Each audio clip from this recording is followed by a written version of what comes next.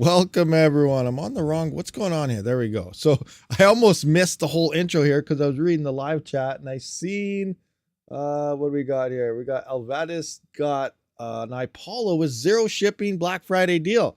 Where was that? Tell me where that is. Where did you get free shipping? I'm curious because I don't know if I'm aware of this one. Maybe I did and I forgot about it somewhere or something. I don't know. But let us know in the chat because I showed slow up there said tried to get one, but shipping is kind of crazy right now. So where is the free shipping? Let us know. And, I'll try to get a link for it ASAP. Anyway, let's get to the live stream here and go on. Who do we got? Who's going on in the live chat right now? We got I Show Slow. We got Squirrel Master, the Travelers Travels. What's going on? Scrolling through. We got Red Putts. What's happening? BRE. What? That reminds me of like BD. Oh my gosh, can't even say it now. BDDE, but BRRE, Bree or something. Yeah.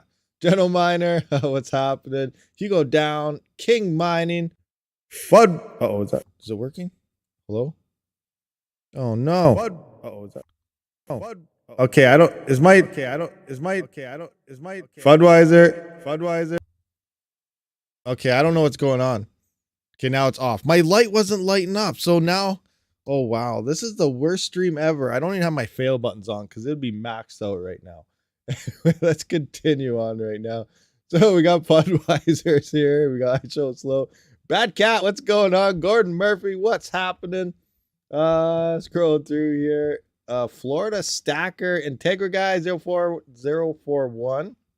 Ethan Westfield. Ogre, what's going down? Okay, we got the Bennyman Show. Alasis, what is it? Is this just black? I don't know. Is it? Oh, it's blue. Okay. Sorry guys, little one popped in. Just jumped on me. Hugo Down, thank you for being a member for 9 months. Much appreciated. If anyone else, hit that fancy join button. It greatly helps the channel. Become a channel member and you get those little symbols and stuff beside your name, and your name turns green if you're curious. Tom Carey, Sebastian Steeland, Rakashi. Okay. There's an echo right now. Is the echo on or is the echo off now? Oh my gosh. What is happening here? My whole things are button. Best pool for cash pool. Okay, all good, no echo. Okay, awesome. Flux is pumping. Flux is pumping now. I gotta check that. I don't know. So yeah, so let's start this off. It's Sunday. We're gonna do like a Q&A, which we usually do on our Sundays here. But I have been hearing some things about Solana, and that's why I put in is Solana about the crash. So I don't know if you guys have been following everything. Well, as miners, we don't really follow like FTX and stuff. But as we know, everything going on with there and crypto crashing, yada, yada, yada. So we know Solana's been going down, fairly often for the past year or two, or, ever since they're up, I guess. So they had a lot of downtime as a chain. Helium seems to be going over to Solana and all these things. Now, I don't know how much truth there is to it, but there's probably quite a bit. And it makes a lot of sense now looking back. So yes, there we go. Alice Jongas, he knows what I'm talking about here. FTX killed Solana. So Solana never really went down. It just couldn't handle transactions. So in theory, it was always up. It didn't have all this downtime that we always joked about and everything with it. It turns out that FTX, I actually got a tweet here. So a little background story, past day or two. You guys know BitBoy Crypto and whatnot. Ben Armstrong there. He actually went to the Bahamas and he's trying to get answers from the Fred dude himself, SBF. So he's over there. He's been doing some Twitter spaces and so on. But he posted this tweet the other day and various ones other it. But it comes down to oh, you guys can't even see that. We're going to have to go to a big screen here. All right. So every time the Solana blockchain paused, it was actually Alameda, I don't know how to say that, research laundering money and brute forcing transactions. There are others out there, receipts. And if you think about it, knowing what we know now, does this surprise anyone? If you're in Solana, run for the hills. And then there's a whole bunch of other stuff going on there. But yeah, it turns out FTX was causing the downtime the whole way. They were using them for pretty much money laundering, brute forcing their transactions. And all that's really left to support it is they have a huge NFT community, but NFTs are kind of dying, you know, with the markets and everything. So yeah, a lot of people are starting to pull out and more lights coming in. A lot of people are talking about it now. So I don't know, like, again, not financial advice, but it might not be a good idea. Now, some people are saying they can make a lot of money to short it right quick because it might kind of, you know, make a quick rebound and stuff and, you know, in and out type of operations. But I don't know. It's not looking good for Solana or anything that's being built across Solana currently right now. Now, Solana as the chain, it is confirmed it's great tech, it's good and everything, but it was just used for bad purposes, I guess. So it turns out that's what the downtime may have been from this whole time. So that's kind of crazy to think about. And the whole thing, how this whole FTX thing is spilling across the world, they had their hands into everything. And if it wasn't actually brought to light now with Binance and everything, it would have got a lot worse. And in terms of crypto bills and legislature, like there's a whole nother platform that this whole thing involves that I don't even know if we're allowed to talk about. So I'm not going to, but it's pretty insane what's unfolding here with that. So let's just stop with there before we get in trouble with, you know, people, and do some Q&A stuff and talk about things. So was the free shipping thing brought up? Caspa is pumping. Yeah, Caspa's pumping good as well. Now that's another thing I don't know what's going on. There's so, like, guys, we're in a bear market. We don't know what's going on. There's so many rumors going to fly everywhere. Until we can get to the bottom of things, everything is pretty much a rumor right now. But there have been some things, you know, about a couple weeks ago, actually, that there's certain people promoting certain things. And if certain coins start pumping, it might not be a good thing, and be very, very careful. And Caspa was one of those. Now, I know a lot of us really believe in Caspa and hope it does good things, but now it's starting to look like some people are throwing out some red flags. So just really watch the charts, guys. Really watch them. And if you start to see anything kind of look bad, pull out. But other than that, hopefully nothing happens. I can't confirm anything there with that as well, but there's just so much craziness going on right now. I have no idea what's going on. So yeah, I don't know. Just watch everything you're involved in right now and be very, very careful. Obviously, don't put your life savings into something. Well, maybe Bitcoin, because, you know, it's one of the safest ones to go about. But yeah, I don't know. Anyway, Bitcoin crashed due to FTX to 15K. You know, that's true if you use today's news, but I don't think that's, well, obviously, you know, that could be today's news because of it, but it's also the cycles. Bitcoin crashed because it was time for Bitcoin to crash. That's the bottom line. FTX just made it happen this time, I guess. Or, you know, 2017 Bitcoin crashed at the same time because it was time to crash. It's just the way it is. You know, these 4-year cycles, the way everything plays out, there's something going on that we might realize that we can't really, again, talk about, but there's stuff going on that's out of our control, and it seems to be on all these cycles. And it was just time for Bitcoin to crash. That's the bottom line, guys. Ignore what's going on. You can use news and stuff to do your daily trades and everything.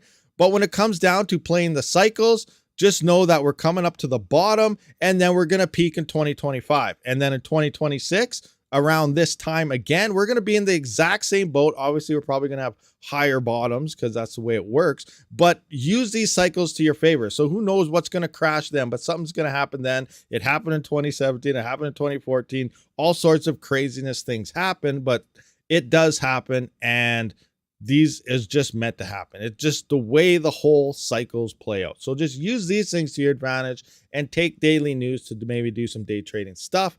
But it was just time for Bitcoin to crash. So that's where I go about it. I don't say it's because of FTX. I don't say it's because of this. It was time for it to happen based on history. So there we go. And we're about to go sideways. And then again, you know, we're going to start leading up. We're almost at the bottom, guys. It's almost prime time to pick your coins and ride out the waves into the future. And we will see new all-time highs in 2025. That's the bottom line. That's the way she works. Now, what do we got going here? I know what's going on. Crypto Rich Rick. He knows what's going on. He knows what's happening.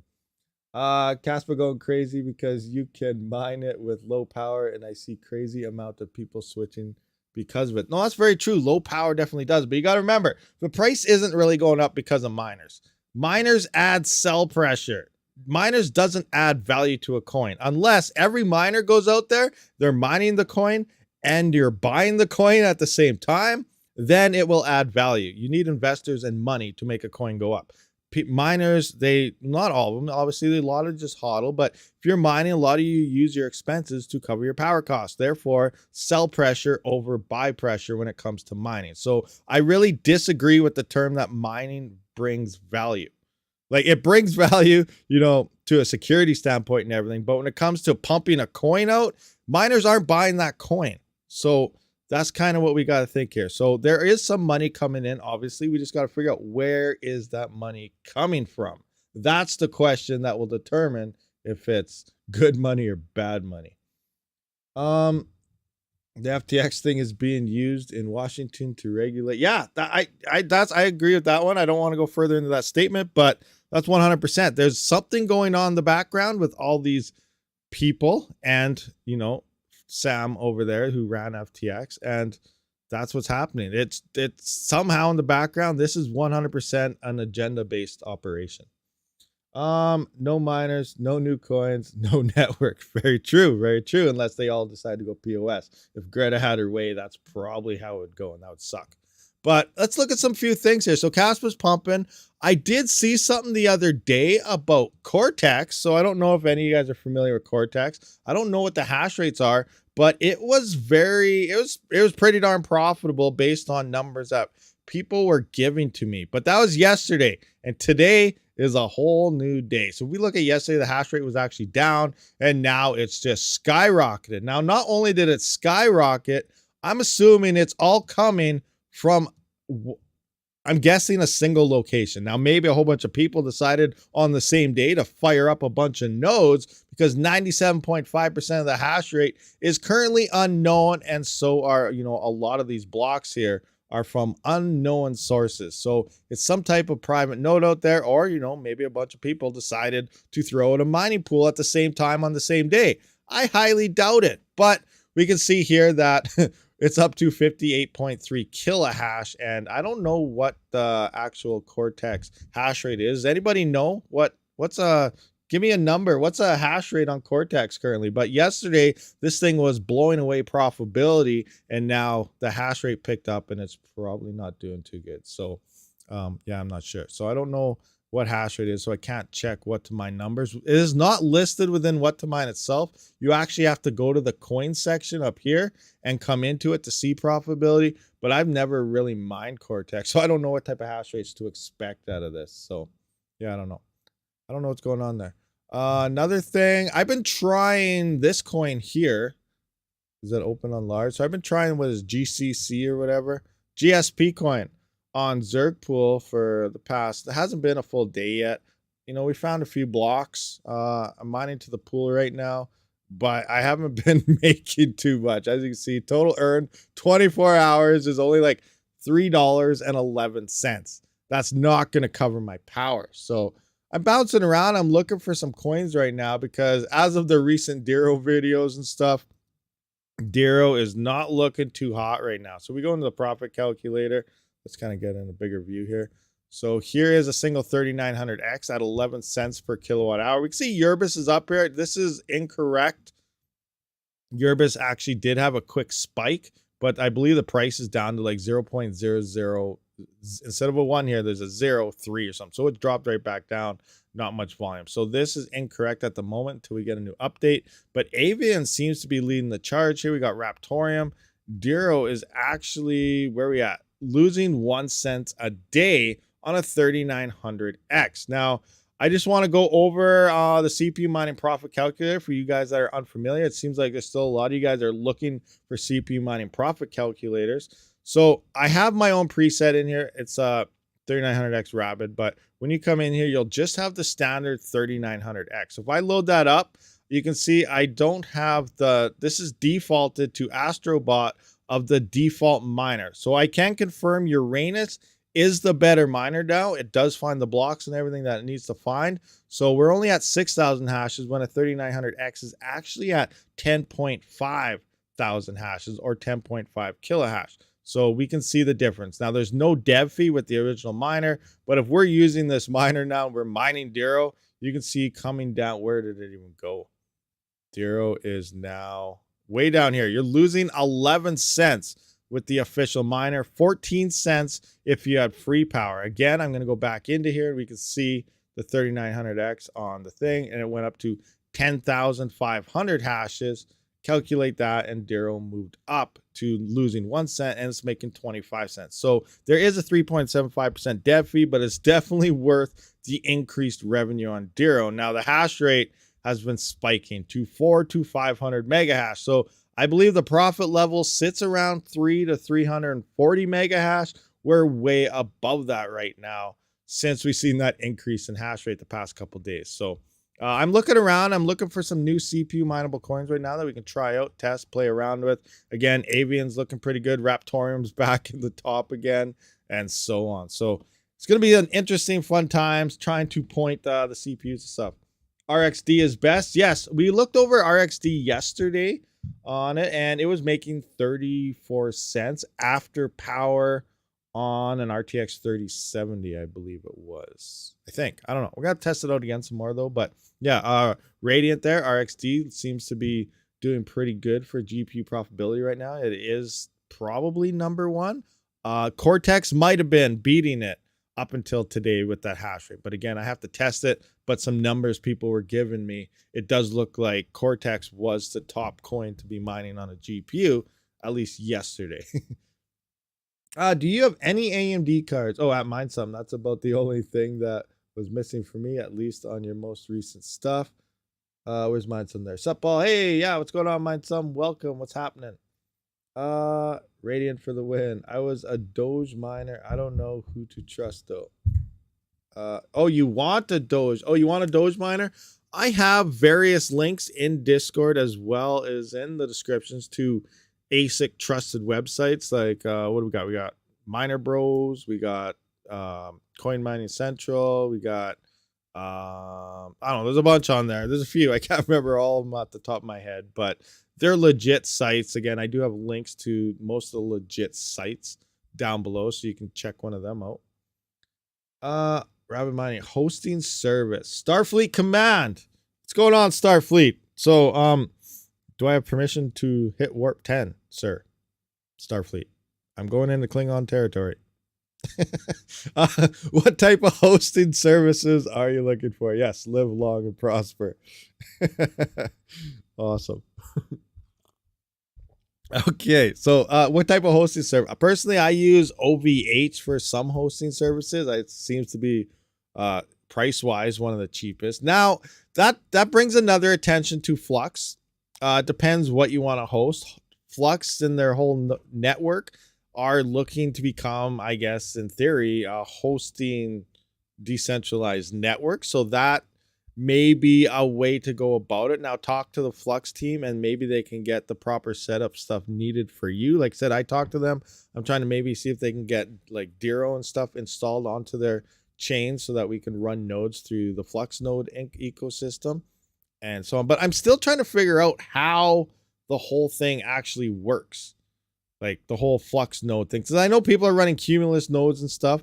But like, how does the Flux node, like, do they got like servers set up like AWS does? And, you know, it's all around the place. Are you like bouncing stuff off people that have Cumulus nodes and stuff staking around? Because I don't know.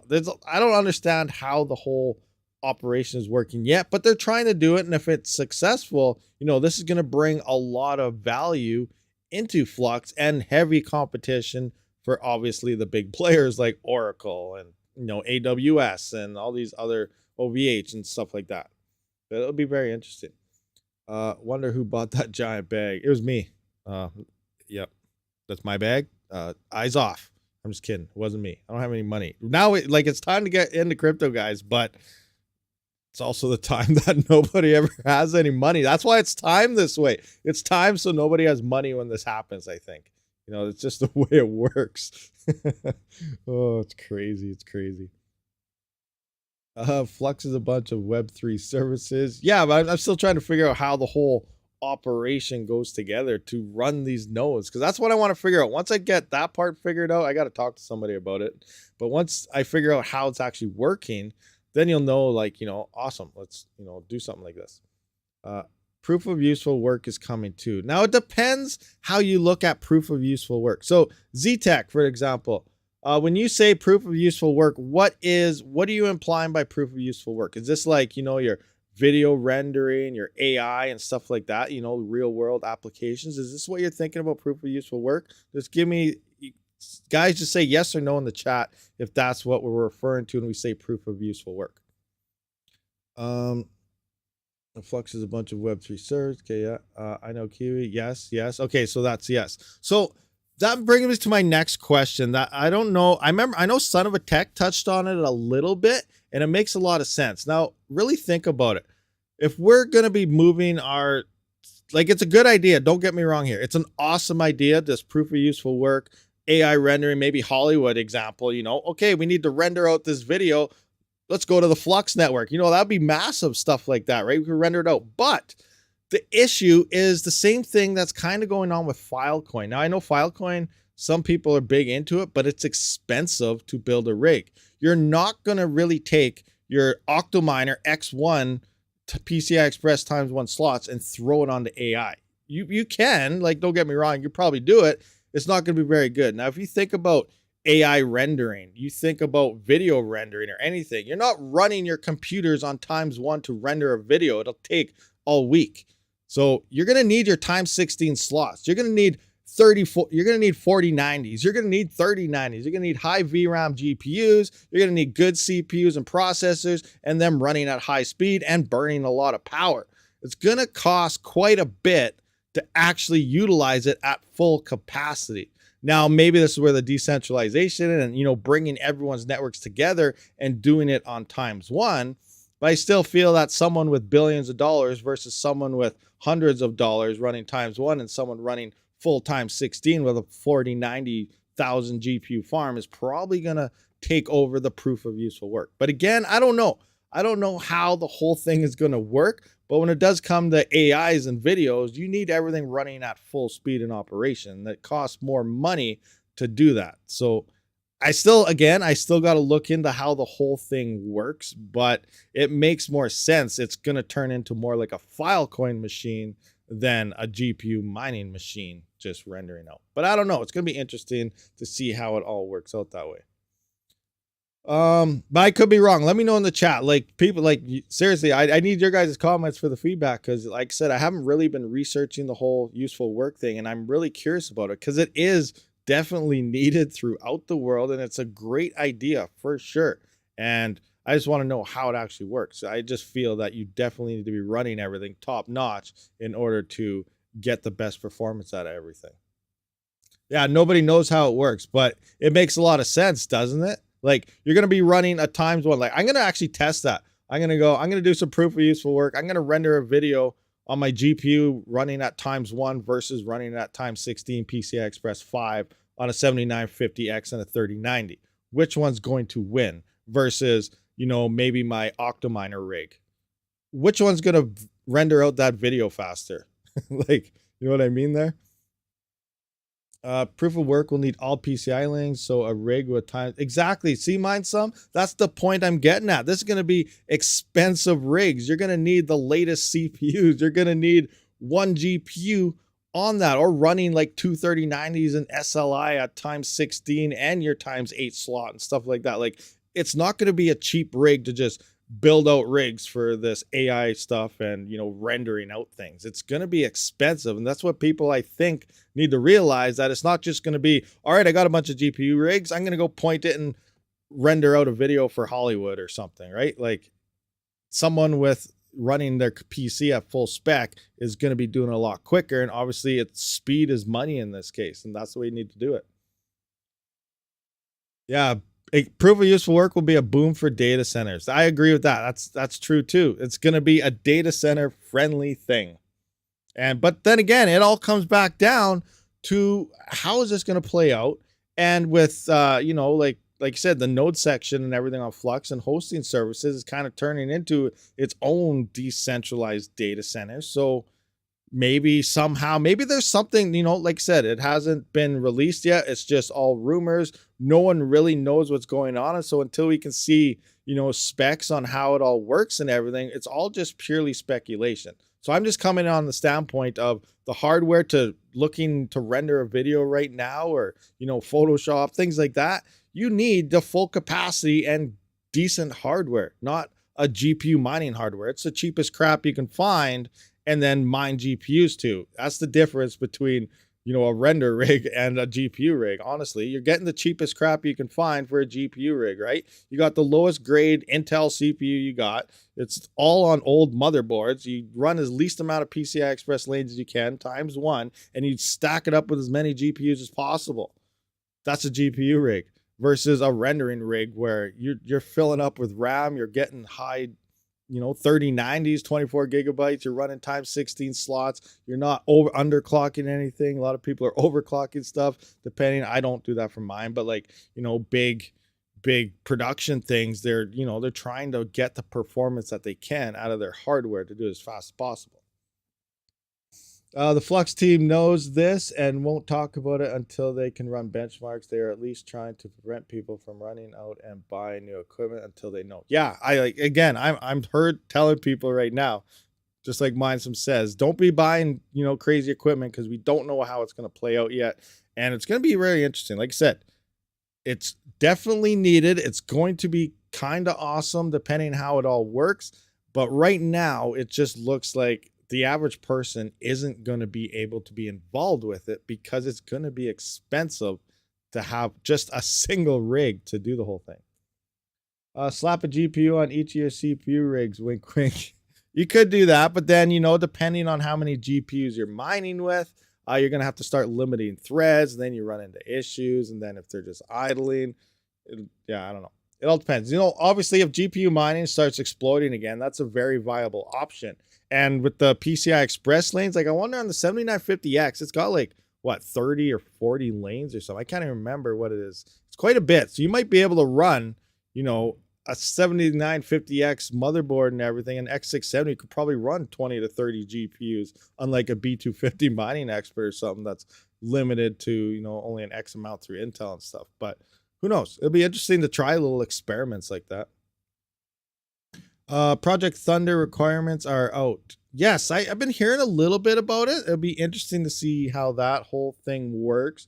I know a lot of people are getting more and more. A whole bunch of people left Chia, and it seems like a whole bunch of people are now slowly coming back into Chia because it's just unheard of in how low the GPU mining profitability is, where it's pretty much the least profitable way to mine crypto right now. It is. There's too much hardware out there. Hard drives are more profitable. CPUs are more profitable. Obviously, a lot of ASICs are more profitable. So GPU mining is currently looking like one of the worst ways to mine crypto in the current market. Now, that doesn't mean it's not going to change. We've all seen this in the past, you know, previous bear runs, you know, nothing's going to happen as crypto's dead, yada, yada. And that means that becomes the time to purchase hardware because of all the fear in the markets. That's when you get everything the cheapest. But I do think it's going to take a couple cycles. Now, crypto will grow to where it can support the hardware again. That's no question to ask there. It will happen again.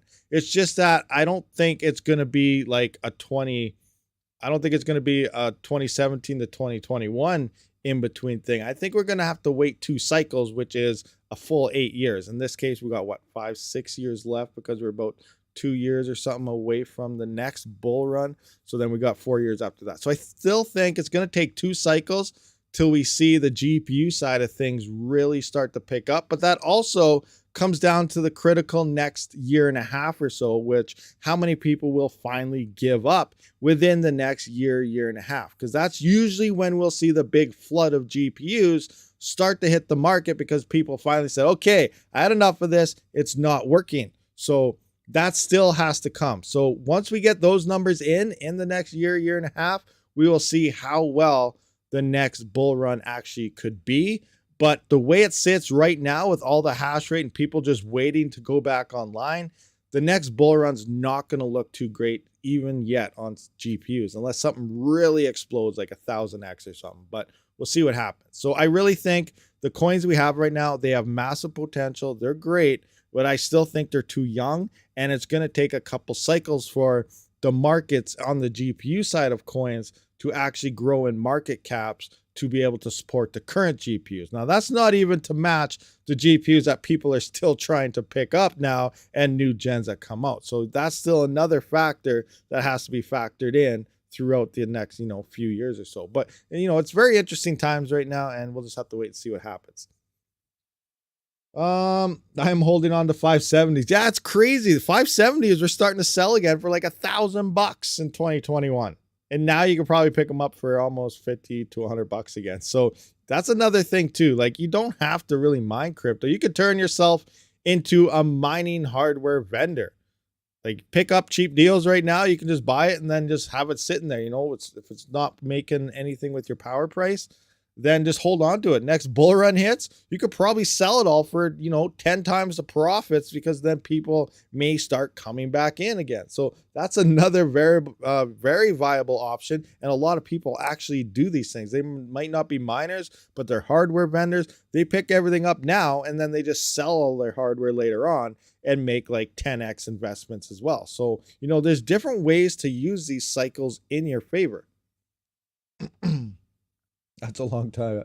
30 series fall much. And speaking of 30 series, I believe someone during the countdown was mentioning this, but yeah, 30 series prices are starting to slowly come back up again. It's crazy because I just seen a headline the other day. RTX 30 series is now selling for the lowest it's ever sold for MSRP, but the used market and stuff, they're coming back up. And that this has to do a little bit on the NVIDIA marketing side. Remember, NVIDIA, I don't know who has a better marketing team, NVIDIA or NiceHash. They're both top-notch marketing teams, but because they let people I don't even know how to say it. But regardless, they're holding back stock of the 4000 series on top of the 4090s and stuff lighting on fire, which is very bad for PR currently, but they're working on it, so they say. But that because of it, people are now, okay, we're going to keep buying the 30 series or something, or there's more in demand now than it used to be, even though there isn't really much of a demand that I'm aware of. But the prices are slowly creeping back up. And it's because of the stock and everything being held on the newer gen. It's all NVIDIA manipulation going on there. So it's craziness what they're doing there. Yeah, and it's too expensive. It's very expensive. But the 4090 is also technically, it's either on par or pretty close to the 3090. So there's different ways to look at it. And it's hilarious how we always see these things. So we're looking at fiat value as a miner aspect. We're looking at fiat value of everything right now. We can see GPUs. We're like, okay, too expensive. That's crazy. But if we look back in 2021, 2020 or something, whenever the 3090 released, people were buying that. And the 4090 is a extra performance over the 3090, but it's like the same price and even cheaper than when the 3090 released. So it's hilarious. It's just like watching the news where they tell you one thing and then 2 weeks later, a week later, it's like everyone forgot about everything that just happened. And then they tell you something else. And then everyone thinks, oh, it's because of this. And they totally forget that they just said something else before, or they did something else before. It's kind of funny how that whole thing plays out, but you kind of get the idea that we're going on here. Renting hardware is costly. Yeah, renting is very costly. It can get way up there. The inventory is oversupplied.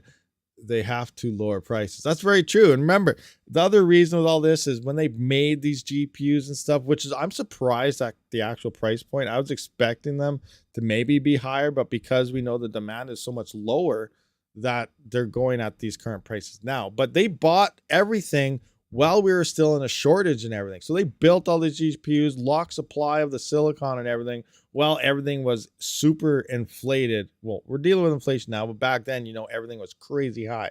So they built their price to build these GPUs were high off the get-go. Now it's probably not as high as we would think, because they're still making a killing probably in profits here.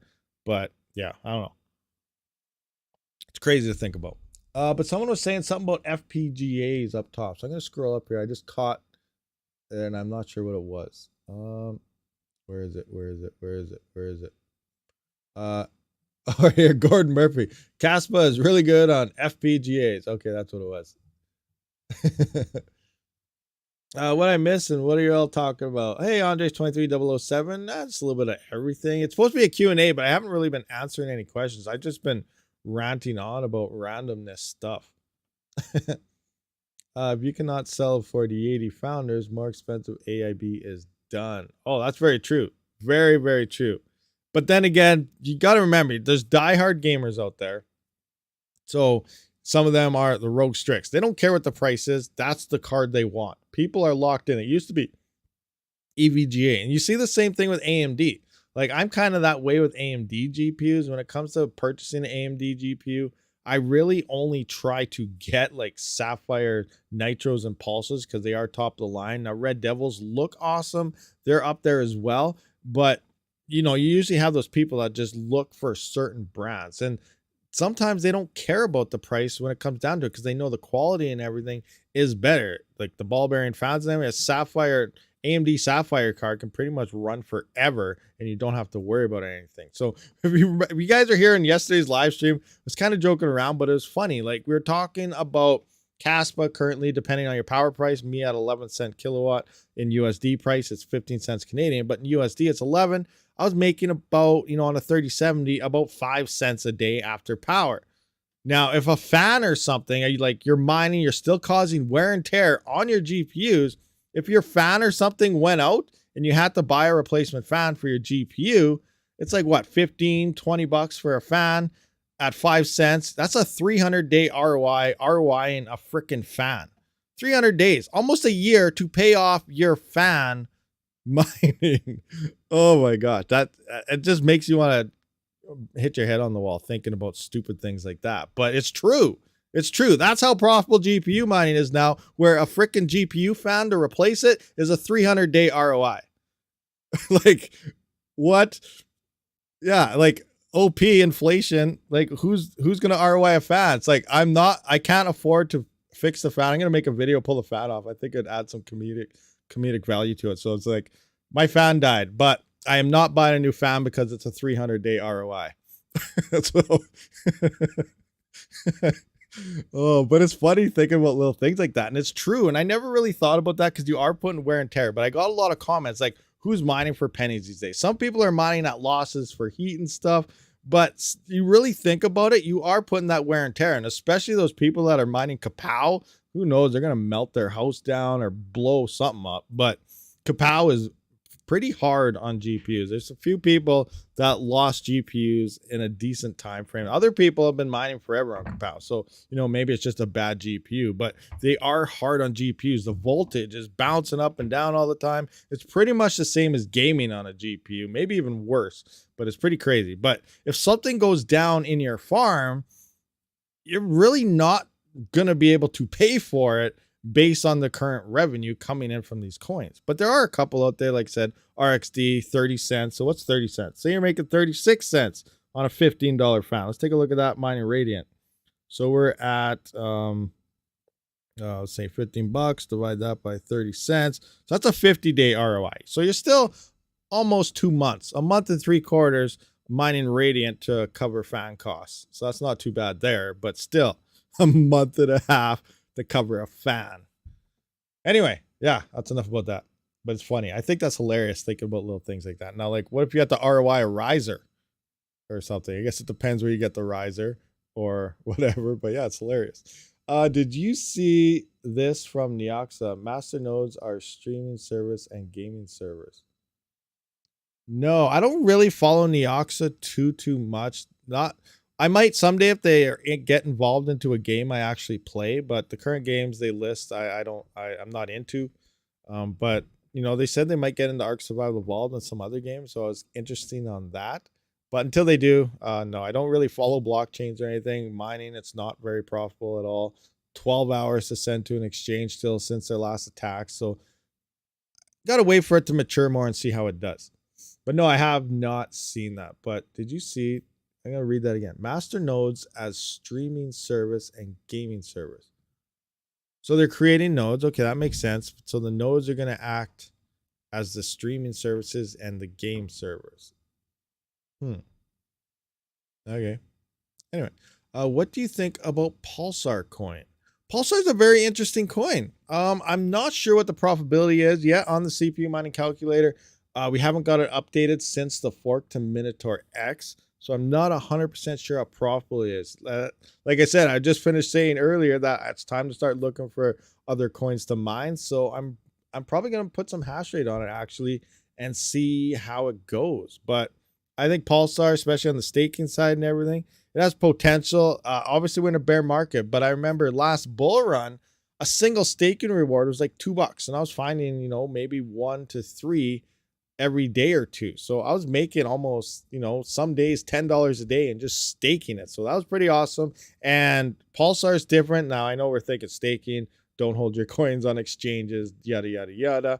You hold your coins within your own wallet. You're not sending it anywhere to stake. So that's the other thing that's kind of cool with Pulsar is you're staking within your own wallet. It's not sending it anywhere. You're not signing any contracts. You're encrypting your wallet. You're opening it. And it's just there pretty much solo mining based on the coins that it has. So it's kind of cool the way it's done. It's a lot safer than obviously, oh, look, FTX has an APY of, I'm sending my coins there. Oh, crap. Now I can't. It's all gone. I lost all my coins. It's nothing like that. Doge has been going up. Yeah. Well, we're on a little pump here, right? So crypto's going up a little bit. Let me just check. Oh, I guess I can kind of see right here. Actually, Bitcoin's down a bit. Let's just do some readjustments here. Oh, it's up 0.05. So we are on a little bit of an uphill swing. So it's obvious that we're going to see uphills going on across most coins. So yes, Doge is actually 13.4%. So that's nice. Raven is 0.85%. Not looking too hot. Virus coin has been doing some good things. Now, if you guys don't remember, Virus coin is actually made by some ex-Intel guy. Was it Intel or Microsoft? One of the two. Might have been an ex-Microsoft. He was a high up guy too. One of the two. It was Intel or Microsoft. I can't remember. But he came across this. And a few people I have been talking to think that Virus is a massive sleeper coin. And if people find the value in it, it has a chance to explode. But it's just like everything else. We don't know what's going to happen in the next bull run. We don't know what coins are going to take off, if any, and what could happen. So if investors see value in something, those are the coins that take off. So, but Virus coin sounds like something that may do something pretty crazy moving ahead. But again, not financial advice. I don't know, but that's another coin that I'm probably going to try to get some type of a bag in for sure. Flux is pumping on the 1 day chart, but let's see how it goes in the next 7 days. Yeah, for sure. Like, remember, guys, remember the time frame we're in here. We're coming into end of November. So let's just have a look, actually. Let's go to this. Let's take a look at BTC price. BTC price, coin market cap. We're going to go to the all. Let's just scoop down over here a little bit. Bam. Bam. All right, we're going to go to here. So look at that. End of November, guys. Look at end of November. So we've been in a downhill slap here. This is 2017 to 2018. Now, obviously, ours is looking a little bit different. We had some ups and downs and stuff going on here. But regardless, the point here is we're coming up to the 1 year. 1 year. So the all-time high happened in November 12th. November 12th, 2021 was the absolutely all-time high. So we're past exactly 1 year. So we're leading in to the bottom of the market and where it usually sits here. So when was it actually here? Here was December 18th. And here is the day before was the absolute bottom, happening in December, but that was because it was the one high here. Now, if we look back at this one, when did this happen? December 4th, and the bottom fell in, yeah, it's right here, happened in January 18th. So I believe December to January is a very, very critical time to time the bottom. Now, we always say things are delayed, so maybe we can say February, but I really think December to January, once we get through those months, we should start looking not too bad. What happened here? So when was this? So this is December 8th. It just crippled down to the January 18th bottom here. So like I said, we have December still coming up. So these are the things to watch. I think once we get through, December and January, we could then, we're going to start our sideways thing and our slow uphill battle moving in. But we still have those 2 critical months of December and January that have to go through. And once we're through them, I think we're finally going to be A-okay, and we're going to start smiling. Well, not necessarily smiling. We're not going to see anything parabolic going crazy, but we're going to start slowly seeing them increase. Yes, we're constantly going to have ups and downs, but I think we should be past the bottom stage and slowly start leading into that next bull run, which will happen, halfway through towards the end of 2024. And then the new all-time highs, at least for Bitcoin and most likely Ethereum as well, is going to happen in 2025. And then there's still so much uncertainty on what other coins will smash through previous all-time high levels. So we'll see what happens. Usually it pumps for a few days, then goes back down. Yeah, like I said, I really believe December and January are 2 very critical months, and once we're through them, we're pretty good after that, I think. So, yeah, again, I could be 100% wrong, but I'm not changing my story. Like, you look at analysts and they're saying, they say one thing, we're going to hit this, we're going to hit that, and then, a month later, a couple weeks later, they're changing it to, okay, it's going to crash down to this. Okay, no, we're going to go up to this. So, there's that way to look at it. But I've been saying this exact same thing since Bitcoin was around 40 to 50,000, like 6 to 8 months. I've been saying the exact same numbers at the exact same time frame. And this is what I think. And I haven't changed a single thing. And so far, we've been pretty on par on what's been going on. So that's why I always do say, who cares what's going on with the world? Who cares what's going on with FTX? Who cares what's going on everywhere? It was time for Bitcoin to crash, just like it always does. And we're about to hit bottom. And then it's time to start going back up again and sideways and so on. So, and in 2026, we're going to be in the exact same boat we are right now. I'm not going to guarantee anything, but it's pretty much painted to a T that we're going to be here talking about the same crap in 2026. We're just going to wait for that year to happen and see if, how accurate we are. But most likely that's how it's going to play out every single time. ETH pump from 1050 to 1150. Nice. It went up $100. Crazy. I'm really curious on what ETH's going to do once they unlock the funds. And, Vitalik, he's smart, obviously. He knows what's going on with these markets. And it's probably a play on his end not to unlock the ETH yet. Because right now, we're coming into the bottoms, right? We're around that frame. Like I said, in December and January are 2 critical months here. So now, if Vitalik was to unlock ETH and other investors and stuff know this, obviously they're probably going to be dumping their Ethereum, because a lot of these people bought in when they first started going into the beacon chain to launch the whole thing. ETH was only like $500 or $600 or something like that, maybe $8. I can't remember. It was under $1,000, and they still have gains right now. So they're making money off their holdings. Obviously, they missed the all-time highs, and they're probably PO'd at that, but they missed that. So if they were to unlock their ETH right now, a lot of people would pull out, and that would just become even more centralized and so on, because more of that. So that's a good thing. Now, when they finally do, who knows when they are? It's still up in the air when they're going to do it. They keep hinting sometimes, but we're going to be past that bottom point, and crypto may start to look like it's going up. So now there's more incentive to be like, okay, well, crypto is kind of going up now. Maybe I don't want to withdraw anymore. So there's that aspect on the whole thing as well. But at the same time, maybe they want to take some profits. Who knows? Like they're up. They probably would, but it's very crazy stuff here. Raven, I'm really okay. Wait, what do we got? Magic Lucky here. Unlock the ETH at the bottom.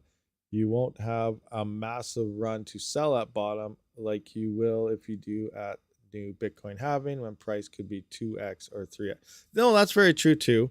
But the bottom, I believe the bottom though is still probably higher than when all the initial people got in. Now, obviously, people that started locking up when Ethereum was at an all-time high, they're probably not going to withdraw at the bottom here. But you never know. Maybe they just want out of Ethereum. That's a very well thing too. A lot of things are going on with Ethereum in regards with censorship And we talked about that the other day, where the Ethereum dev said if they ever got involved where something was being censored, they would pull out. They would quit Ethereum. They don't want any part of the censorship thing. And they're getting very heavily censored right now. So were they lying to everyone just to say, you know, the merge is a good thing? If it starts looking bad, we're gonna quit. It's starting to look very, very bad, guys, and I haven't seen anybody quit yet. So maybe they're just lying to everyone. We're used to them always lying to us, but we'll see. It was the roadmap from year one. Yes, it was always meant to go to POS for sure. Like, I'm not arguing that. As a miner, we knew it was going to happen. We just didn't know when. Yes, there was delay. The longer it got delayed, the better off it was for the mining aspect. But, you know, it was expected to happen. So you can't get mad at Ethereum. And Ethereum is a great chain. I'm not going to argue that either. Massive user. It has everything crypto needs. Massive user base, money coming into it, user transactions, wallets being made. It's a huge network, and Ethereum is doing what it's supposed to do. So it's a great network. It's going to see new all-time highs. It's going to explode, but it's also seeing a lot of these censorship issues. So it's going to be interesting to see how it plays out. And if they find a way to get around that, hey, who knows? Maybe they'll fork back and have a 50-50 proof of work chain. You know, one block to miners, one block over to the stakers. I highly doubt it, but that may be an option. We never know if they will decide to run a split train or something. That'd be pretty sweet though, but it might help with their whole censorship issues. What do we got here? The chat turned into hate talk. What are we talking about? Who's doing what? Who's saying what about stuff? There's no bad stuff, guys. No bad stuff.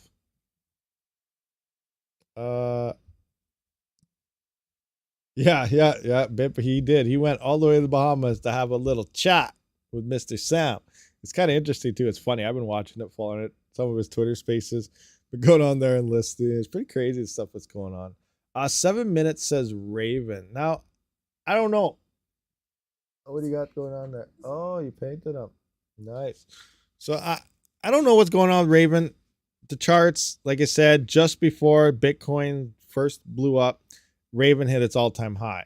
But in the second one, it didn't do it. It's been on a downhill slope ever since Bitcoin hit that first all-time high, and then it moved into the second all-time high. But Ravencoin's been on a downhill slant ever since. It didn't recover even when the rest of the market did. So is there money pulling out of Raven? Is there money going to come back in? It's really hard to decide what's going to happen. And a lot of these new coins, especially the ones that are popping up all over the place, they're not going to make it. We already seen the fall of Pink Chain. We've seen the fall of FIDA. There's a whole bunch of falls I've never even heard of that's been going on. But yeah, it's going to be very interesting times. One thing I have been following, though, I don't know if any of you guys follow Scala a lot. Scala, XLA. So we're only at 5% right now. But I find anytime Bitcoin starts to do a move, like, you know, within 1% or something, Scala goes up like freaking 100 to 200%. And it's been doing that pretty consistently for the past 2 months or something. It's kind of crazy. I've just been watching. I see, oh, it's up. Oh, it's up a lot. Okay, it's down. There's not much volume there. It's nothing massive. But, you know, maybe $20, $40, $60 here each time you start to notice Bitcoin go up. Maybe try to get a little buy order in and then sell that out. The volume's not there to like throw down 1,000 or 5,000 crazy like that. You're not going to be able to pull out, and you're going to make the price go maybe to 500%.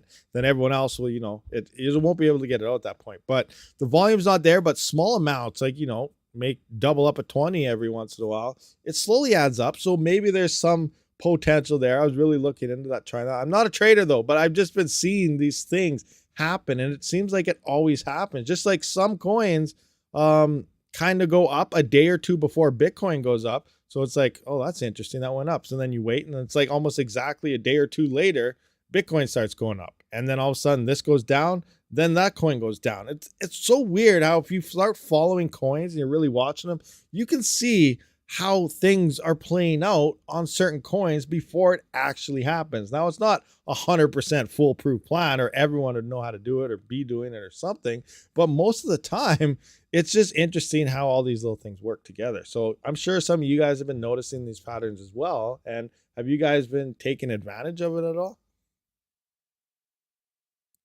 What are we talking about? Rabid out already? Okay. Rabid. Not yet. Not yet, guys. Pretty soon, maybe. We'll see. Liquidity issues. Price can move rapidly with market. No, I know exactly.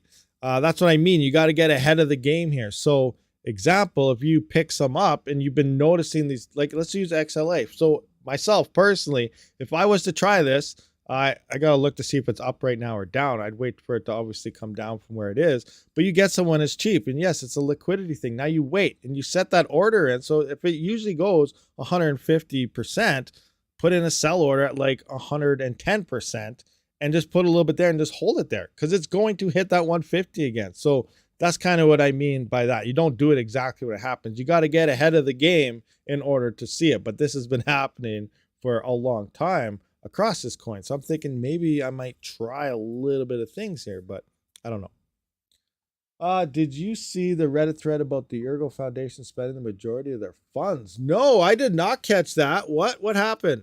I missed that. That's kind of a big deal.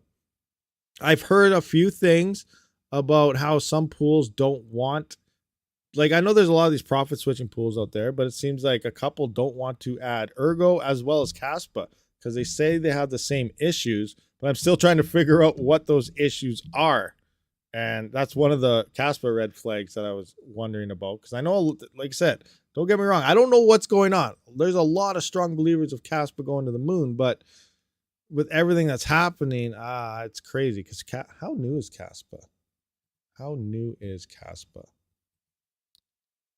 Caspa. You released in, wow, you're only this year, 2022. Yeah, Caspa's very old. I'd be very careful right now. I don't care how much you believe in it. I hope it doesn't do anything bad. I just been hearing about some red flags. Just watch it very, very closely, guys. If you see something start to happen, just have stuff ready to get the heck out of there. That's all I'm saying. I don't know if anything is. Like I said, Son of a Tech, he believes in Caspa. He's been mining it since it was even listed on exchange. Actually, this is only listing. It came out a lot before this. When did it actually release? That's right. I forgot. It was released long before listings were. Regardless, anything crypto at this point in time, I'd just be very, very, very careful with it because the listing at least is very young. I don't know.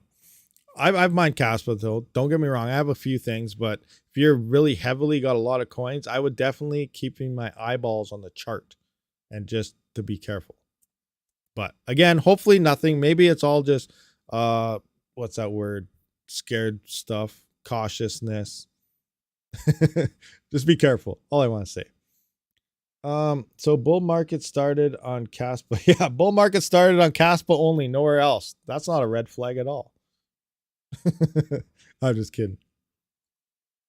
No, but no, Caspa has a lot of believers, guys. A lot of people believe in it. It's probably, who knows? It could go to the moon. It could be all of our saving coin. That's a very good thing. It very well could be, but we just don't know. It's very young right now. Just watch everything very, very closely, and hopefully nothing happens. That's all we can really hope for, really, because we don't know what's going to explode in the future. Just always be careful. But no, back to the Ergo thing. I have not heard anything about using up the Ergo reserves. So what's the deal behind that? That's interesting.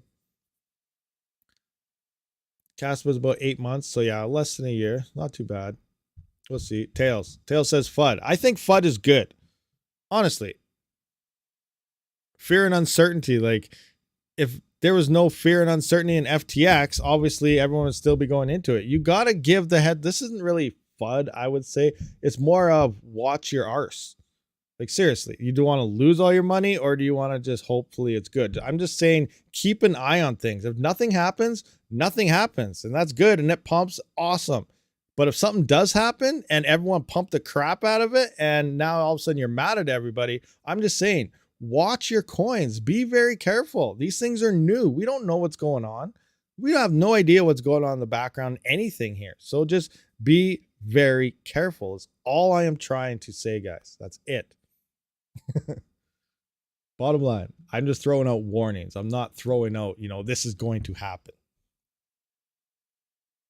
Ergo completely wrecked price wise below 1.58. Yeah, I don't know. I haven't been following it. I see 1.3 here. Canadian price. Oh, look at that. It pumped. It's $1.82 now. 22,000 Bitcoin. Back down to 16.5. So yeah, 16.5, not bad.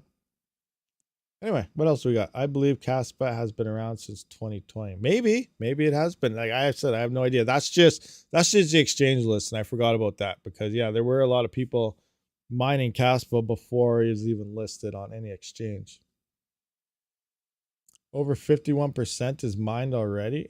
Oh, so half the coins are already there. So that's interesting. Caspa looks better than Squid Coin. Yeah, Squid and Pink. Yeah, they're not looking too hot right now. Squid, I can't understand Squid Coin though. That was, oh my gosh. Like seriously, guys, think about this. I'm sure a lot of you guys remember Squid Coin. Here's a coin that comes in out of nowhere after a popular TV show, and then you can buy it, no problem. You cannot sell it or anything. Is that not a red flag? You can totally buy the coin, but sorry guys, you can't sell it. You got to use it on this or that or try to get prizes. That makes zero sense in my mind. Like, how is that not a red flag? Oh no, Arada, you were in on it, weren't you? No, don't admit to it. Just say, yeah, I heard about it or something, or I remember that coin. Just say that. Don't, oh man, I apologize. But yeah, anyway. Oh, that's crazy. Fun to the moon, boys. Yeah, fun to the moon. Let's go. Are calling your project Sheet. Yeah, Sheet Coin. Wait, was it Sheet?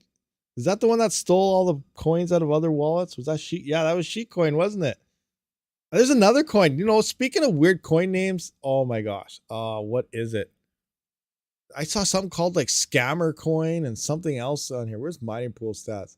Where can I find? Where is it? No. Oh man, do I have mining pool stats gone? Like, let me see. Let's just take a look at this stuff. Pascal coin. No, what is it? Rug pull coin. No. What? Maybe they already got discontinued or something. I swear I seen something like a scam coin and like a rug pull coin and like, I don't even know. There's some crazy coin names I see now. I can't remember what the heck. Oh, I can't find them. That sucks. But it was kind of funny to see, but at the same time, it's like, what? Rug pull coin, Sama coin. I heard of that Sama coin. Caspa's layer 1 like BTC, Squid Game, ASICs, RTM, and some other stuff. Sheet coin. I put Scamma on purpose. True, but 2 years too high. Like that you don't trade exchange. Like the you don't trade exchange. There's an exchange called You Don't Trade. That's hilarious. That's awesome. Oh my gosh. Some of these names are good though. You gotta admit, some of these names are awesome. Yeah, they're rugged. Figures. I wish the mining pool stats. I wish there was a chart. Is there a website anywhere you can see like latest rug pull or something like that? That would be hilarious to find a website that has all like the latest rug pulls. Speak on pre-search token and nodes. I don't even know what is pre-search token. I don't know what that is. That's a thing. There's what to mine. Mining pool stats. Pre-search. I don't see no pre-search token. I'm assuming it's a proof of stake coin then. Proof of stake only. Pre seems legit. That's another thing. Pink chain. Just before everything happened, I can't remember, but someone sent me a DM about Pink chain. They said, "Have you checked this out?" And I said, "No, I haven't really looked into Pink chain. I'm not a blockchain person, but they're sending me these links to these different wallets. I didn't click on any of them because you never know. But supposedly, the way things were sounding is Pink chain had, when they came out, they had like a pre-sale, and they were using 2 different smart contract addresses. And one of them was a false address going to somewhere in China. And then all of a sudden, one day it just disappeared. So it's like, okay, that's weird. And then it was like a week later that Pink chain rug pulled. So it's like, okay, what the heck? Yeah. Then he messaged me back later and said, yeah, I guess something bad was happening. It's like, yeah, I guess it looks like it. But yeah, I don't know. It's interesting on that whole situation. No mining, it's just nodes. Okay, it's all POS. Yeah, I don't know much about that. I'm a mining channel. I'm not a staking channel or an analyst channel or anything like that. I try to look at stuff and give my opinions on things, but most part, we're here to mine crypto. We're miners, guys. I don't care what we mine on as long as we're mining something. Pretty soon we'll be keyboard mining, right? I know some people like that one. I'm gonna start figure out how to get my keyboard to mine something. Meowcoin 0% sus, 100% trust. The problem with stacking, you're stuck with single coin. What's the current price of Grave? Stake mine Grave. I think I remember hearing something about Grave coin. You do staking too, remember, RTM? Yeah, no, I stake in the smart nodes and stuff. Yeah, for sure. Speaking of that, I gotta check. I'm waiting till I can finally fill that node up. Let's see where we're at here. Restart. Engage. Load. Oh man, it's taking forever. My stats. Okay. Where's RTM? 11778. So close. So close. Where's my addresses? Okay, I got 13,000. How much is that? So I got 13,500 in my onboarding address. Because I was mining that for the past couple days. So what is that onto here?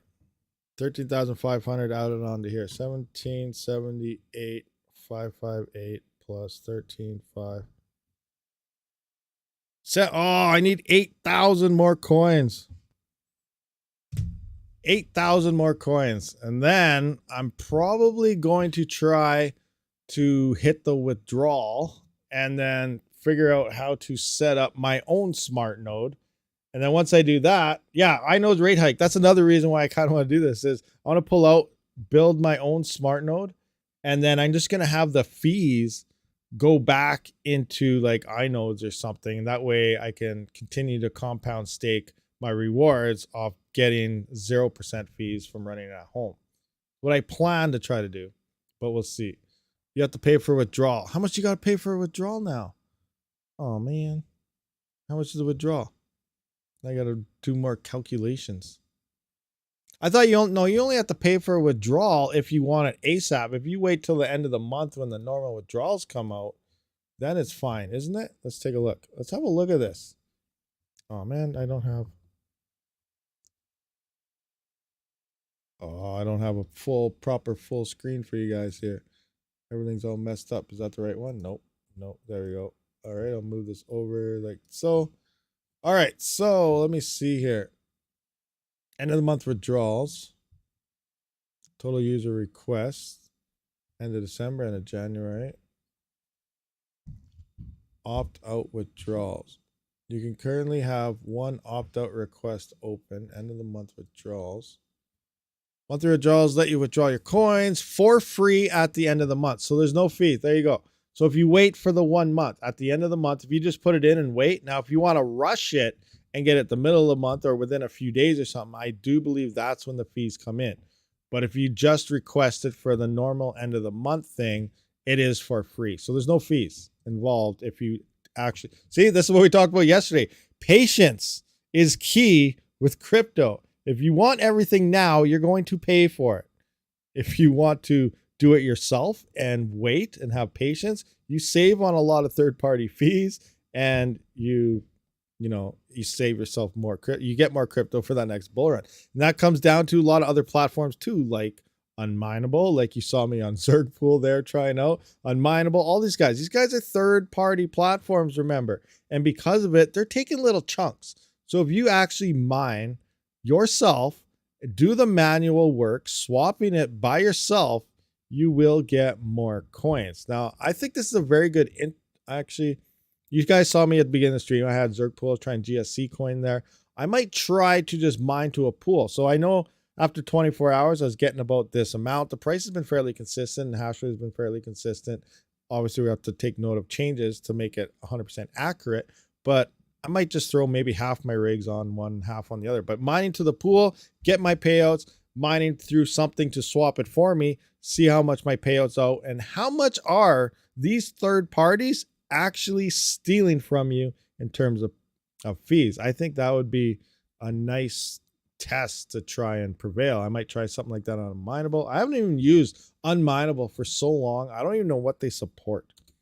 Unmineable, like, do they still only support XMR when it comes to your CPU side? Like, is that all they have there? Because that's one of the least profitable coins to mine.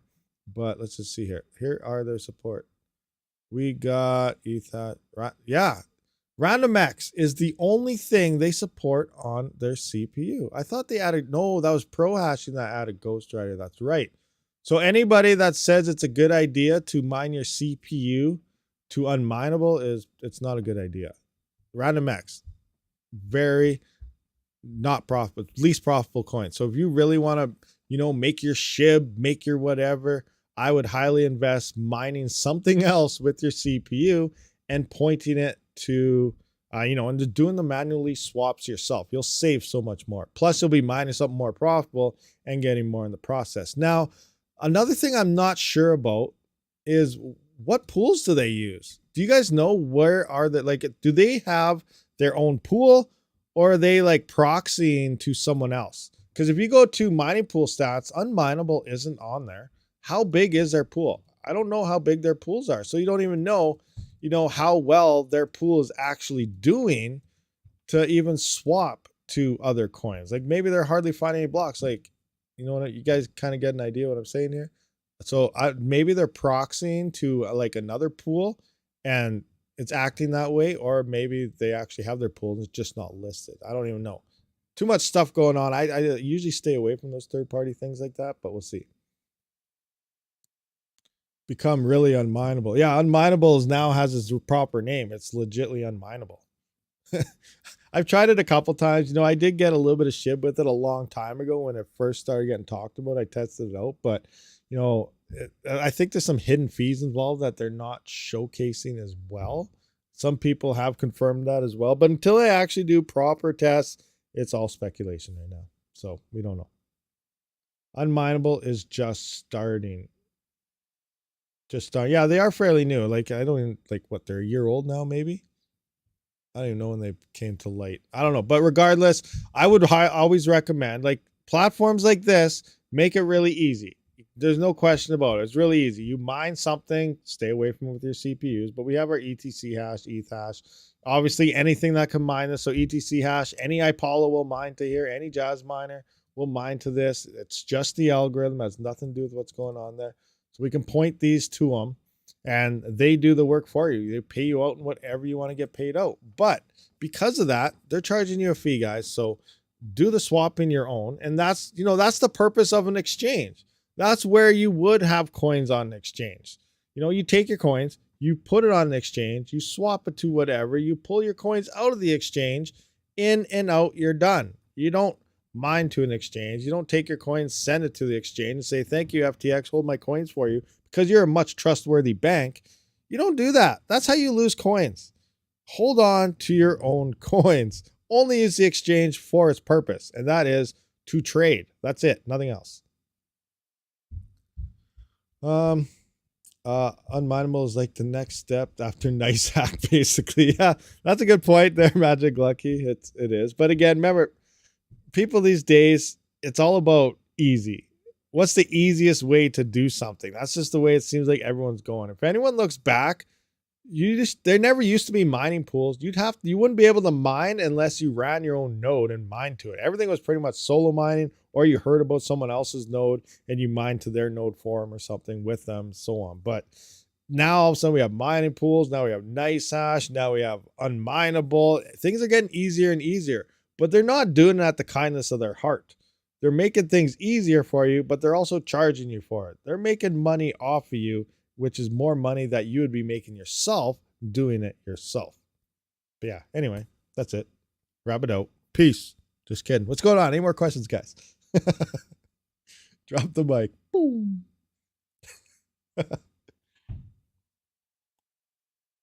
Alpha node. Which one's the alpha node? The only node I am in when it comes to Flux and all that is, what's it called? What's it called?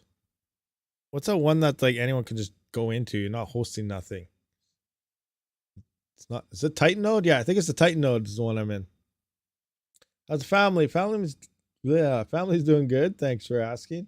Are you gonna make a YouTube guide for building a Raptorium node? Yeah, once I get it figured out and everything, for sure I'll put together something to show you guys how to run your own node as well. I'm pretty sure I should be able to do something like that at home. Like, you know, one of those little B-Link boxes or something should be plenty for running a smart node, but we'll have to test some stuff out and see how it goes.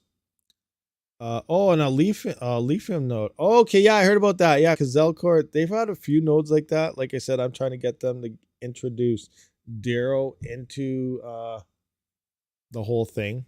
We'll see what happens, but yeah. I don't know if a lithium node is good, but it's very interesting. How are you guys dual mining with a lithium, or are you guys like 100% all in a lithium? Because I've been talking about this for a little while now. How dual mining is slowly dying because it doesn't really make sense anymore. Like everyone used to dual mine something, and then Caspa was the dual mining algorithm. Now everyone's just pointing straight to Caspa, and I'm wondering the same thing's probably going on with a lithium as well. Oh yeah, that's right. Duro might not do that. The privacy versus the it's hard to say what would happen there. Very interesting aspect. What is compound transactions on Caspa? I don't know. They're compounding somehow, stacking, adding transactions together. I'm not too sure. Be mining it for last 8 months. Oh, nice.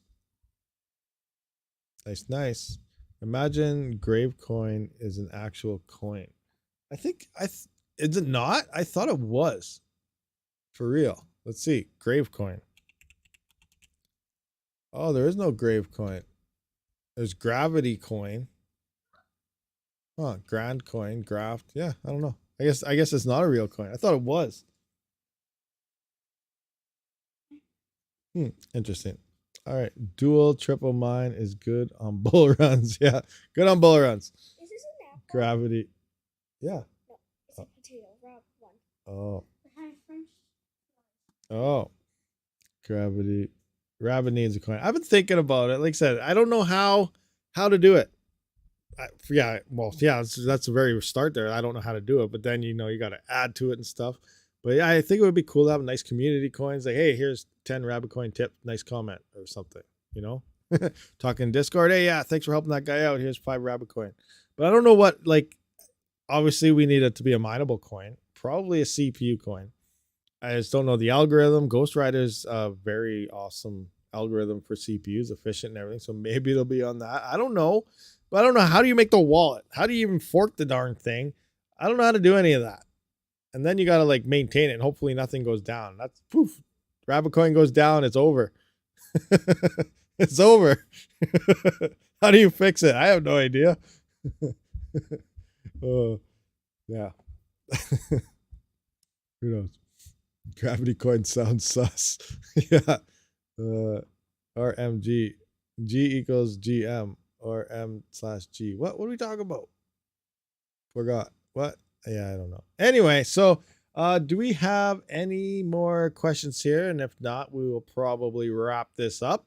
But we'll see what you guys have in store. What we're doing, M equals MC square. Oh, there we go. There, I see an E equals MC square in there. Heck yes, Rabid, you got connections.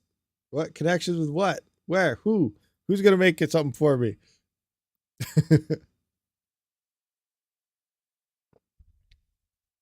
Happy holidays to all of you guys as well. The holidays are awesome, but we have no money for stuff. I got a lot of things I do have to do. I do have some projects on the way, moving stuff around, readjusting the farm and everything. But yeah, craziness. Your RTM wallet is not syncing anymore. Are you on the absolute latest version, Mark? Sometimes I even have to restart like 2 or 3 times, and then I just leave it. And I come back. I'm like, okay, it's syncing up. Awesome. That's all I do sometimes. I don't know. That really is black when you cannot buy anything. Yeah, for sure. I agree with that. What did you eat for dinner? Last night we had salmon, I think. Wild pink salmon, I believe. Flux pump, so happy. Yeah, I bet a lot of people are. A lot of people. You forgot, and you're going to be a nuclear engineer. Maybe that plant is gonna blow up. Oh, that's crazy. That flux pump this morning was nuts. How big was it? What was the flux pump? I'm gonna check it out. You know what? Let's do it. Let's take what was flux? What did it pump at? Let's have a look. Flux pump. Flux. Boom. That's the 1 day pump right now. 74 cents it hit, huh? Wow, it went from 46 to 74. It almost did 100%. Almost. And now it's back down to 56. What's a 7-dayer looking like? Damn. Look at that. Oh, yeah. It's a 1 monther. It almost hit that level. 3 monther. 1 year. All-time high. What do we got here? Let's check it out. What was Flux's all-time high?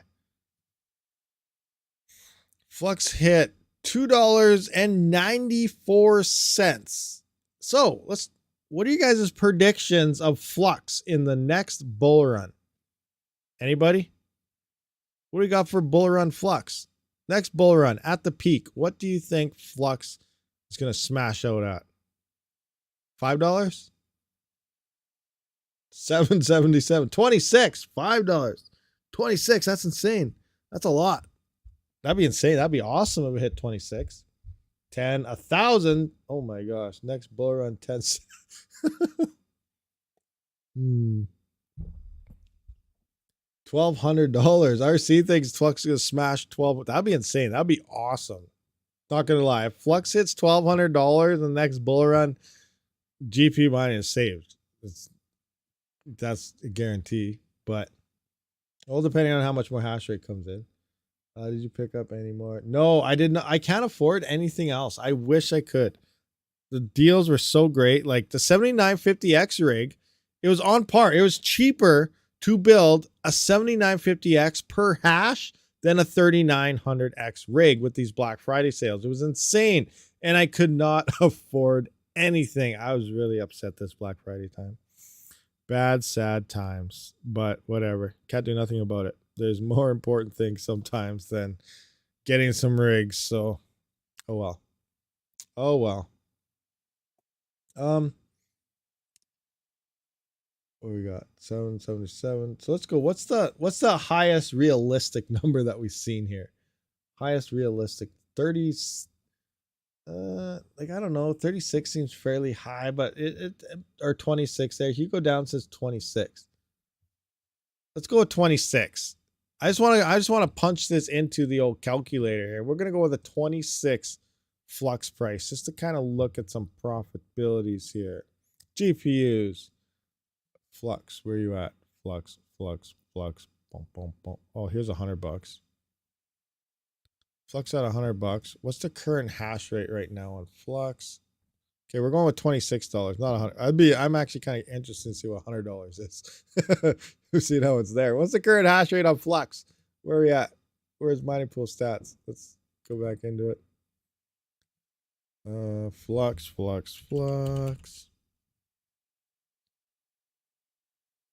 So we got 5.38 megasouls. Where's my hash power calculator? 5.38 megasouls. Where we at? No, oh, there it is. Now that I couldn't find it. 5.38 megasouls.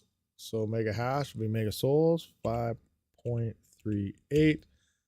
We hash in the souls, which would be hash here. So copy. Let's go into here. Flux.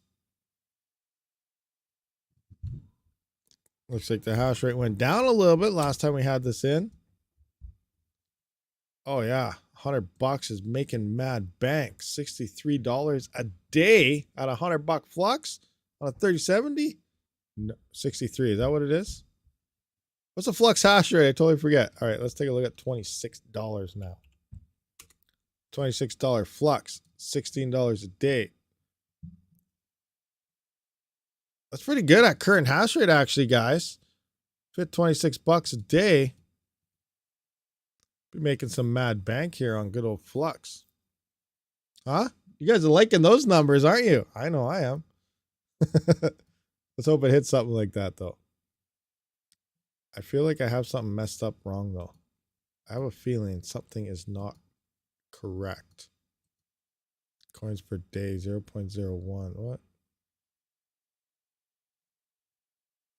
No, here's coins per day, 0.63. I don't know. Let's see. I have to tweak that out. Let me check the other one, actually. Do I have Flux up here? Flux.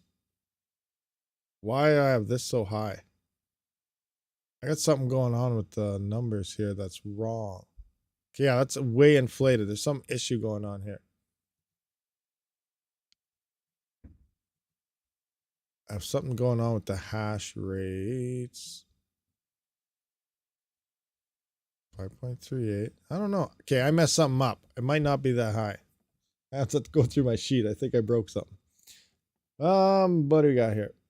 What's the best way to buy Flux? I'm not interested in mining it at 30-cent loss. Hey, let's find out. Let's show you where to get Flux. Flux, where can we buy you, Flux? So it looks like here, let me adjust my screen. All right, so you can see here we got Binance has 24 volume of 23 million at BUSD pair. We got a USDT pair at 18.1 million volume. We got KuCoin, Gate.io, more Binance, Bing X, BKEX, more Binance, KuCoin, BitGet, Gate.io, CoinX, Toko Crypto, whatever that is, Toko Crypto. We got crypto.com here, but I believe crypto.com is only the Binance version of Flux, so you will have to swap that back into mainnet through Zelcore Fusion. Hotbit, STEX, Hotbit again, Safe Trade. We got Cretex, Hit BTC, High BTC. So there's various traders here. So, you know, I guess Gate.io, KuCoin, Binance, crypto.com. MEXC is here, but it sounds like some people are having USDT issues, so you probably stay away from them for now, I guess. And yeah, so that's where you sell them. That's where you can purchase yourself some Flux. Off to Asia to buy some Oh, don't even talk about that. Where, you found a good deal there? Can you buy me one, please? I need a 7742 ASAP. Like, I need it like last year. Does Trade Ogre have it for real? Or are you guys talking about something else? Flux having early 2023. Yes, it is.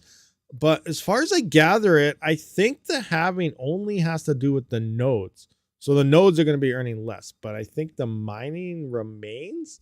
I'm still up in the air. I don't have full confirmation, but that's what people are telling me. So I think it's only a node halving, not a mining halving. But I don't know. We'll see. I liked Gate, but they kicked out Canadian. Oh, did they? Yeah, that's right. Gate. Yeah, you can, I guess, what are they called? VPN or something will help you out there. Ogre MGTW, we did not even miss. Sounds like a good idea. Okay, what we got? USDC is the only stable coin I try. Yeah, that's what I use too, personally. I've been it was kind of interesting. So a few months ago, I was looking in, like, I never really dabbled in the stablecoin market, and I was doing some research, and there was a big thing up in the air because the most popular stablecoin was USDT. But I have heard, and like when I was doing this research then, people have been slowly pulling away from USDT and into USDC. So I've been using USDC myself, and it seems to be going great for me, obviously. But yeah, it just seems like a lot more people are trusting USDC now over USDT. And then there was also that big thing, was it 3 weeks ago, where people are really getting concerned with USDT because it almost depegged. Like, it started dropping, I don't know, it was only like 0.8% or something, but that's when a lot of these big rushes first started happening. The one before FTX. So whatever happened there, I can't remember. Who was it? Celsius. And actually it was before. No, maybe it was around the Celsius time.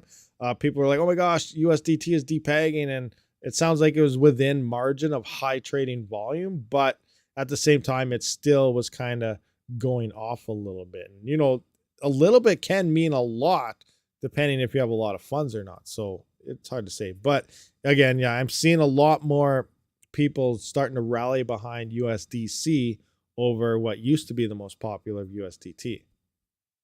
So let's touch on that.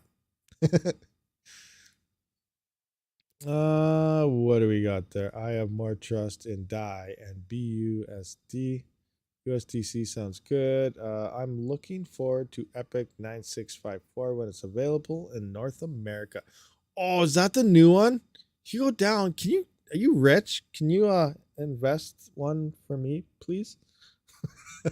What is that one? That better not be the one I'm thinking of. Is it Epic 9654? Epic 9654. This better not be it. Is this the one? Oh, Epic 9654. 9654. What do we got for stats on this thing? Oh my gosh, it is. Oh man, why did I look this up? Now I'm just gonna be like sad all day. All day I'm gonna be sad. Thanks a lot. So yeah, this is the 90 core Epic. 360 watt TDP. This thing has 192 threads and 384 megabytes of L3 cache. And it can boost up to 3.7 and has a base clock of 3.55. That is, oh, wait, all core boost speed. Where's the base clock? Oh, base is 2.4. All right, but you know, that's okay. 2.4, I think, is well within reason for 96 freaking cores and 192 threads. Just to let you guys know, if this is enough L3 cache to, you know, do something good on Ghost Rider, let's go 384, divide that by 2. You need 2 megabytes. That's 192. So you can fully utilize this complete thing on Ghost Rider. Ah, yeah, I don't even want to know the price of this thing or the motherboard price or any price that regardless goes with it. 12 memory channels. Oh, this thing would be an XMR beast. DDR5. Oh my gosh. Yeah, this. I can't do it. I can't look at that anymore. That thing is what you want. That thing is probably about $30,000, but that is a CPU that's gonna destroy everything. Obviously, it's only going to be in data centers because it's going to be very expensive. That thing is an absolute beast. That's why I'm here for set one up and mine XMR. Oh, that thing would be insane. I could only imagine. How much RTM does an Epic 9654 mine per day? You are the only person on the planet that will ever tell us. That new Epic right there, the 9654. Ooh, you know what? That's a good question. We're gonna have to, let's just look into, I don't know. How can I do this? How can I do this? 3.5. Like, I don't know if I can compare. I can maybe compare this with the 7950X if I drop it down to 2.4 and just see what kind of my per thread performance is, then times that by 192. We might get an idea of a hash rate to pump that in with this, but I don't know. Let's just take a look at XMR benchmarks. XMR benchmarks. On the max, let's just take a look at something here. So this is doing 103. You guys can't really see that, can you? So the Epic 64 core is 103 kilohash. I don't know the speed or anything on this. We'll probably get a little more. Oh man, I don't know. I'd probably say 160 kilohash, maybe 150 to 180 kilohash. I'm gonna guess. So if I just actually come into here and we'll just load a 3900X, let's just put in 100 and let's do 160 kilohash and see what that looks like. 160 kilohash at 11.7. Oh, I don't know how much the power is though. For power, it said it's 3 something TDP. You could probably tweak it. I don't know. Let's say 260 watts, maybe. I don't know. Calculate. It looks like about $3.60 a day free power, 291 after power on XMR. You can only imagine what this thing would do on Ghost Rider or something then.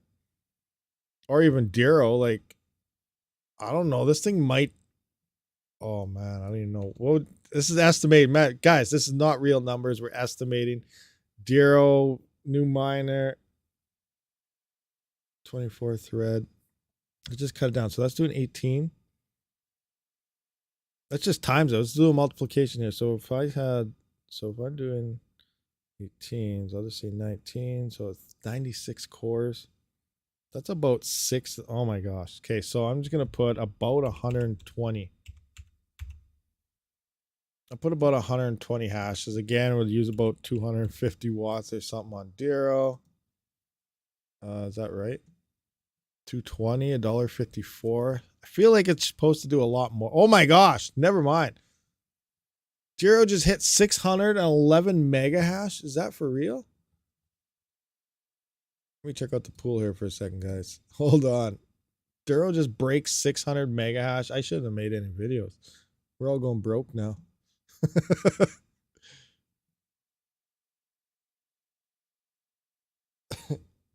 Oh, the pool's crashing too or something. What's going on here? Load up pool.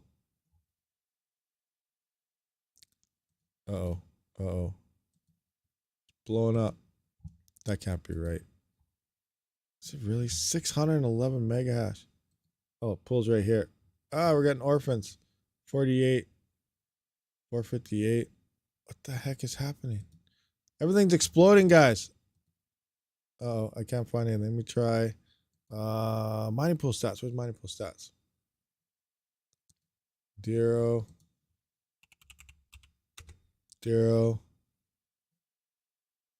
No, not. What's this? Dero gold?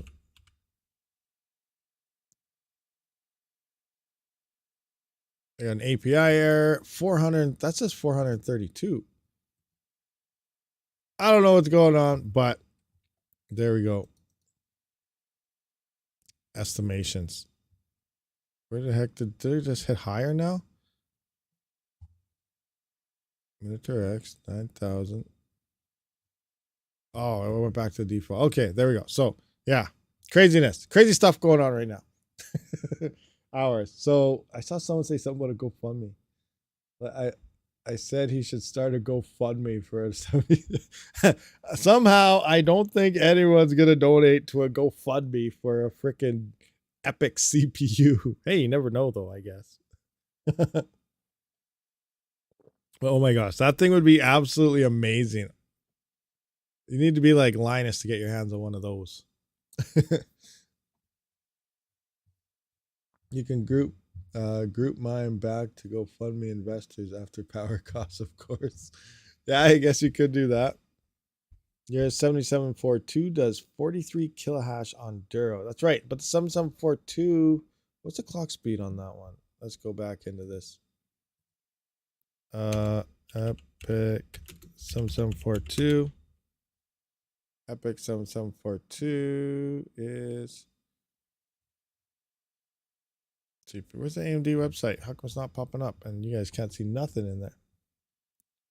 AMD, okay, right here. So this is 2.25. Okay. 2.25. 2.4. Oh, so they're pretty much the same base clock, just more threads. All right, or more cores. Okay. That's a better comparison here. So it'll be about another 20%. But then but the RAM doesn't matter. XMR, the RAM will matter. So DDR5 will definitely help out on XMR. But when it comes to Dero and everything, that DDR5 won't do too much more. So for Dero on that new CPU, it'll probably be what, 25% better or something like that, maybe. So you got 43. So I guess around 60 kilohash or something. would be about right, maybe 55 to 60, maybe. We'll see. If you don't close Hive Shell, does it leave an open port to your network? That's a good question. I'm not sure, actually. I don't know. I think it's all within local, so I don't think it would really matter. It's all within your local network that you're spying on your rig. So you should be okay. But I usually close all my stuff anyway. I don't leave them open. But I guess it depends why you would want it open. I wonder how much a laser miner will cost for Caspa eventually if it makes it to that stage. I'm not sure, but I'm not even sure how the laser mining works. Like, how's a laser miner work for when you're like, what's a laser crypto miner? 192 threads. That is epic. That is very epic. Now imagine if you could slap one of those into a dual motherboard. Oh my gosh. So now we got 192 threads times 2, 384 threads in one motherboard and 2 CPUs. That's like my entire farm almost. Oh my gosh, that is insane. And you think about it though, 382 threads, and it's like TDP. That's only like, oh my gosh, that's only like 700 watts or 800 watts or not even. That's insane efficiency as well. Okay, yeah, we can't talk about this anymore, guys. No more talking about this epic stuff. Yeah, see, I was wondering about that, Hugh. I was mentioning that in Discord or something a while ago where, yeah, the second CPU put in there, you actually lose like 30% performance or something. I believe in some of them, they're like 50 or only work at 50 or I don't know what it was. And they're like, how does that make sense? It doesn't make any sense because now you're, it makes no point to buy 2 CPUs and lose 30%, which it doesn't. But then it comes down to, I guess server people don't really care. Data centers, they got money to blow and it's all write off or something. But yeah, I heard that too, but a lot of people said that's not true. But I think that is true, just like what you said there. Go for playing laser tag. Oh, that makes a lot of sense. Yeah, we can play some laser tag. That'd be awesome.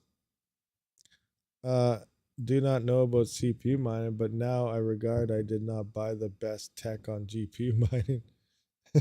Regret not buying the best tech. It's always about efficiency.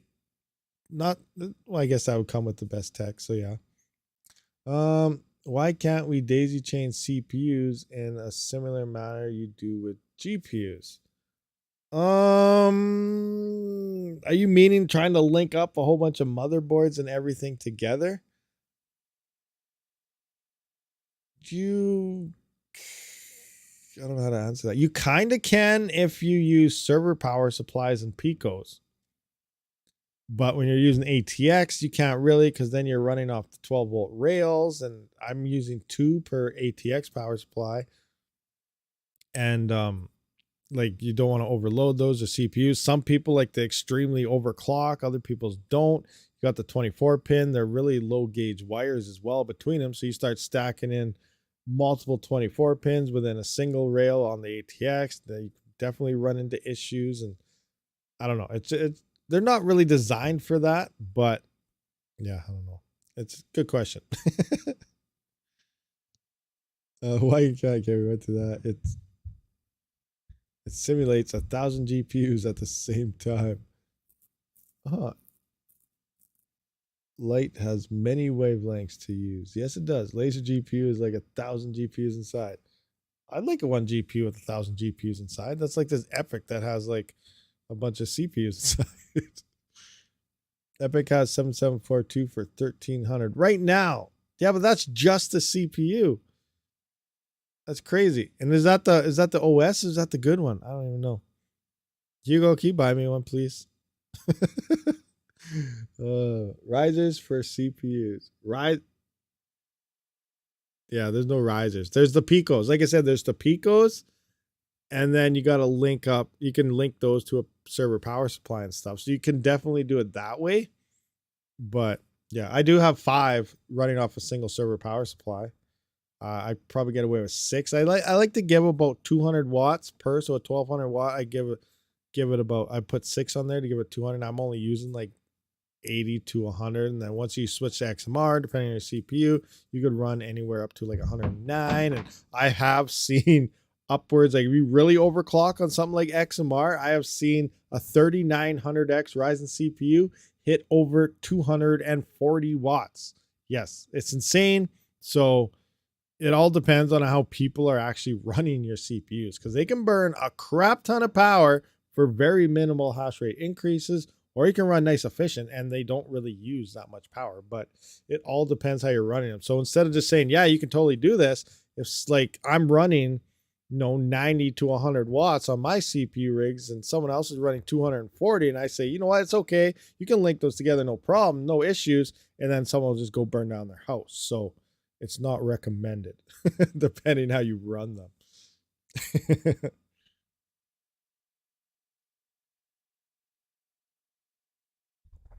Yeah, anyway. Well, anyway, guys, wow, it's almost been like 2 hours, guys. So I guess we should wrap this one up. I appreciate everyone for showing up to this live stream. I will see you guys all in the next one. Rabid out. Haha, it worked that time. The button is there. All right, sorry. Gotta go, guys.